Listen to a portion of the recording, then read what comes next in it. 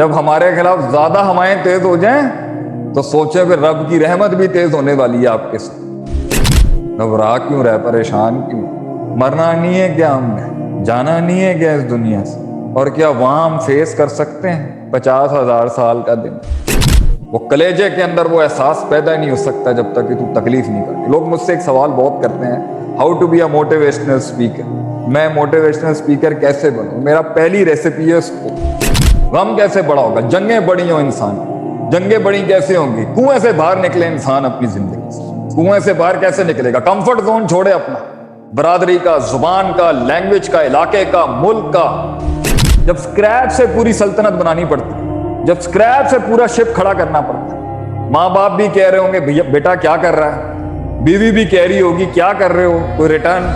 وہ بچے جو آج 20 سال کے بیٹھے ہوئے ہیں اور وہ جو 25 30 سال کی نئی شادیاں ہوئی ہیں، ابھی ایک بچہ ہونے والا ہے یا ہو چکا ہے، یا ابھی جاب چینج کی ہے یا جاب سوئچ کیا ہے، کریئر کی، میں کہہ رہا ہوں بیٹا وہ جو اتنا سا تنک تھا جو کبھی ایک ہوا سے ہل جاتا تھا، ارے وہ ایک چٹان بنتا ہی اسی طریقے سے، یہ کاٹ کے، یہ تکلیفیں کاٹ کے۔ اصل جو انسان کا صبر ہے نا، وہ پہلے صدمے کے اوپر، the first hit that gets to you نا، صبر اصل میں پہلا ہے، بعد میں تو آ جاتا ہے۔ ہولڈ دیر، ٹکا رہے اپنے قدموں پہ، جمع رہے اس ٹائم، پیچھے نہ ہٹے، گھبرائیں بھی نہیں۔ جب ہمارے خلاف زیادہ ہوائیں تیز ہو جائیں تو سوچیں کہ رب کی رحمت بھی تیز ہونے والی ہے آپ کے ساتھ، مگر اللہ ناراضگی بھی ہوتی ہے۔ ایسا نہیں ہے کہ میں کہوں جی صرف ان رحمتی غلبت غضبی، that the mercy has taken over the wrath of Allah، but یہ سارے ایسپیکٹ موجود ہیں اس کے اندر۔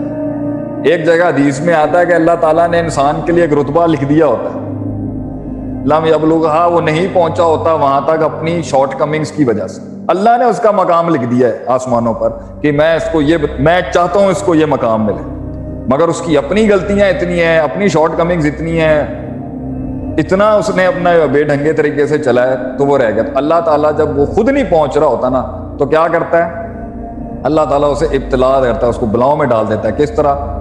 اس کی اولاد میں، اس کے مال میں، اور اس کے جو ہے نا اس کی دنیا کے اندر تھوڑی سی ٹینشن کریٹ کرتا ہے اللہ، اس حد تک کہ وہ پہنچتے وہ تکلیفیں جو ہے نا اس کو وہاں تک پہنچا دیتی ہیں جہاں تک اس نے خود نہیں پہنچنا ہوتا۔ تو یہ ساری فکر کے بعد انسان اتنا نیگیٹو کیوں ہے؟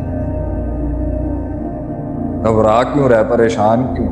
مرنا نہیں ہے کیا ہم نے؟ جانا نہیں ہے کیا اس دنیا سے؟ اور کیا وہاں ہم فیس کر سکتے ہیں 50,000 سال کا دن؟ تو دنیا کے اندر بھی میں تھوڑا سا ریلیجیس ایسپیکٹ میں نے